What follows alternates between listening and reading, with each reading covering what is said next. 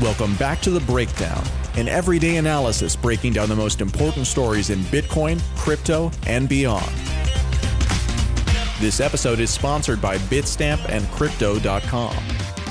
The Breakdown is produced and distributed by CoinDesk. And now, here's your host, NLW. What's going on, guys? It is Saturday, July 25th, and this is the Breakdown Weekly Recap. This week, I'm going to talk briefly about three themes that I think really captured a lot of what was going on this week. And I have to start with the significant ratcheting up of the conflict between the US and China. It started on Monday with the US's announcement that China would need to close its consulate in Houston, accusing them of espionage and fraud. This was a significant move, as this isn't just words, this is an actual direct action that serves to tangibly decouple China and the US politically in an actual physical way. On Wednesday, the US Senate held a hearing about winning the economic competition with China, where they had witnesses testify about issues like supply chains, about technology such as 5G, and about a digital dollar and the role of a digital dollar in competing with China economically. In fact, earlier this week, I said that there had been something of a shift potentially in the debate around a digital dollar, where if it becomes a more strategic geopolitical issue, you can expect to have that project accelerated in a big way. And in either case, holding aside the specific example of the digital dollar, the fact that the Senate is having a hearing all about winning the economic competition with China is notable. On Friday, China responded to the Houston consulate closure by forcing the US to close one of its consulates in Chengdu. Importantly, this isn't being just seen as a war of words. In a Wall Street Journal article titled "US Stocks Slide as China Tensions Flare," one analyst said, quote, "Today's act by China is seen as an actual political retaliation as opposed to the typical verbal scuffles that had been going on." Part of the reason that they may have felt compelled to actually act in a more tangible way was the speech given by Secretary of State Mike Pompeo called "Communist China and the Free World's Future." In the speech, he called President Xi a, quote, "true believer in a bankrupt totalitarian ideology." He said that the CCP, quote, "fears the Chinese people's honest opinions more than any foe." And he said, "We are now decades into America not responding to Chinese aggression." I think to get a full sense of just how aggressive this language is, you have to listen to this 2-minute clip. Next year marks half a century since Dr. Kissinger's secret mission to China, and the 50th anniversary of President Nixon's trip isn't too far away in 2022. You know, the world was much different then. We imagined engagement with China would produce a future with bright promise of comedy and cooperation. But today we're all still wearing masks and watching the pandemic's body count rise because the CCP failed in its promises to the world.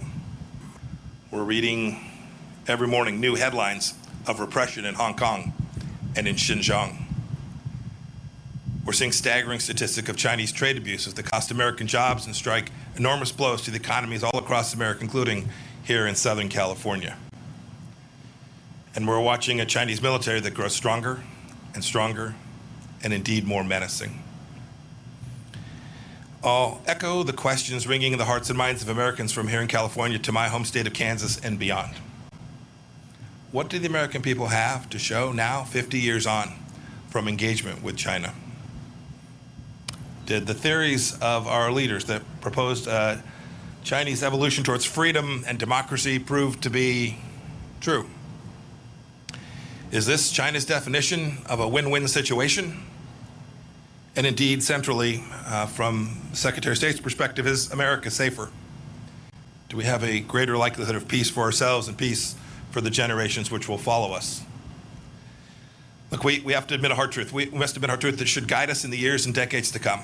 That if we want to have a free 21st century and not the Chinese century of which Xi Jinping dreams, the old paradigm of blind engagement with China simply won't get it done. We must not continue it, and we must not return to it. As President Trump has made very clear we need a strategy that protects the American economy and indeed our way of life. The free world must triumph over this new tyranny. So there it is. The old paradigm of blind engagement with China simply won't get it done. The free world must triumph over this new tyranny. That is a serious level up of the rhetoric in this issue. That is undoubtedly Cold War type language.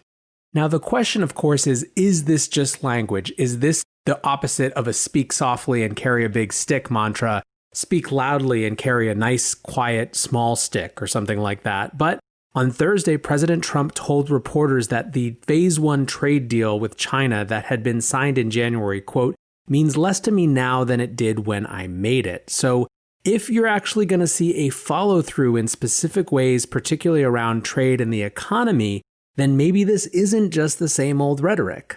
In either case, even if this is just a rhetorical escalation, it is a pretty significant one and something that I think really needs to be paid attention to. When you have places like the Wall Street Journal titling articles and attributing global stock slides to those tensions, you know that the markets at least are actually taking this seriously.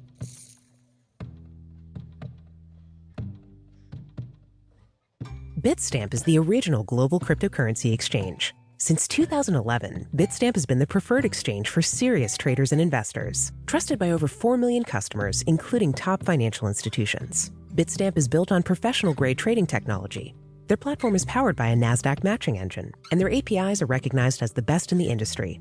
Download the Bitstamp app from the App Store or Google Play, or visit bitstamp.net/pro to learn more and start trading today. That's bitstamp.net/pro. What's going on, guys? I'm excited to share that one of this month's breakdown sponsors is Crypto.com. Crypto.com offers one of the most cost-efficient ways to purchase crypto out there, as they've just waived the 3.5% credit card fee for all crypto purchases. What's more, with Crypto.com's MCO Visa card, you can get up to 10% back on things like food and grocery shopping.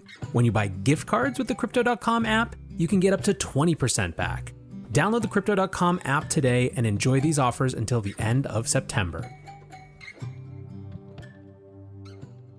Next up on the weekly recap, I want to talk about data coming home to roost. What I mean by this is that we have had these lagging indicators for a couple of weeks now of more promising economic data in the US outside of the stock market on the basis of the growth between May and June in things like jobs and things like retail spending and so on. The problem is that even as we were getting those numbers, which were 2, 3, 4 weeks lagging, we were also seeing numbers grow of coronavirus cases. We were seeing some states like California go into partial lockdown again. Unfortunately now, some of the numbers have started to catch up and they're not looking great. Most notably, of course, is the Jobless claims report from earlier this week that showed 1.4 million new claims, which was 100,000 more than the week previous and about 100,000 more than was anticipated. We had spoken about before the problem of just it staying so stickily at 1.3-ish million as it had been for weeks. So the fact that we've seen an actual trend reversal, though, to the upside, the first time in 4 months that initial claims actually increased, is a pretty significant indicator of just how much we are still in the thick of it.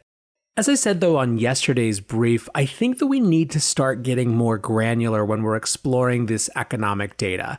I believe that we're in a situation where there is simply no easy solution. There's no vaccine that's going to just magically appear. One, because vaccines are super hard in general and take time. Two, because, as I said, there's a time process that's just lagging. And even if we push it wildly ahead, it still is going to take more time than we want to give it. 3, coronaviruses are extraordinarily tricky to develop vaccines for, as we've seen play out. 5, you really think in a country where everyone is saying no to wearing masks or mask wearing has become a political issue, you're just going to get mass adoption of a vaccine? I don't think so. Anyways, the point is that we're going to be living with this thing for a long time. And so in that context, painting with a broad brushstroke around economic impacts might not serve us. And what might be better to do is to try to understand which industries are getting affected and how, where the knock-on effects are, where there are long-term effects versus short-term effects, where things are playing out in a different way than we thought. For example, real estate has actually surged in some ways when you would think that that wouldn't be the case because so many people are out of work, but it's a different potential buyer set, and it's one who is benefiting from remote work. So there's all of these variance and nuance to the data that we need to know. And so I want to share another piece of data that I think was really important from this week, which is LinkedIn laying off 6% of its employees, 960 jobs, most of which had to do with professional recruitment services. That means to me that white-collar industries are getting hit because they're not out recruiting in the same way. I think that we could be seeing at some point a second wave of layoffs that aren't just about the initial frontline industries most obviously hit, but are in fact about the follow-on effects, either A, the professional services that accommodate those industries, B, the higher-ups in those industries who are seeing real demand destruction and don't anticipate the same sort of picture that they anticipated before, or C, just companies in general that are adapting to a different landscape in terms of consumer demand, even if they're totally outside the same space that was being impacted by the first wave of coronavirus hits. To me, that level of granularity is going to be super, super important as we try to understand what comes next. Lastly, and I think this obviously relates to that second point about this data coming home to roost, is that you are about to see an absolute ever-loving ton more stimulus to come. The EU has approved a $750 package recovery fund, as we talked about yesterday with Tuomas Malinen. The US is very clearly prepping for another round of stimulus. And there's an urgency to get it sorted out quickly because this $600 per week benefit that so many people have been enjoying is coming to a close, and a lot of people are scared looking at that. In terms of what to expect from a new plan, the Wall Street Journal opinion board absolutely ripped this to shreds. They wrote, "As Washington debates how many more trillions of dollars to borrow and spend, we are in a familiar political spot. Democrats want to spend as much as they can on everything, while Republicans have no idea what they want. Guess how this is likely to turn out." In specific, they point out that the Democrats are united behind a $3 trillion HEROES Act that passed the House in May, while a Republican plan is closer to a $1 trillion plan. The WSJ Opinion Board, which obviously slants right, had this to say: "This $1 trillion GOP offer comes before they even sit down to negotiate with Democrats. It includes no money for state and local governments, but Speaker Nancy Pelosi will demand hundreds of billions. By the time this is over, the bill is likely to be closer to $2 trillion. The larger problem here is that Republicans in the age of Donald Trump don't know what they stand for on economics.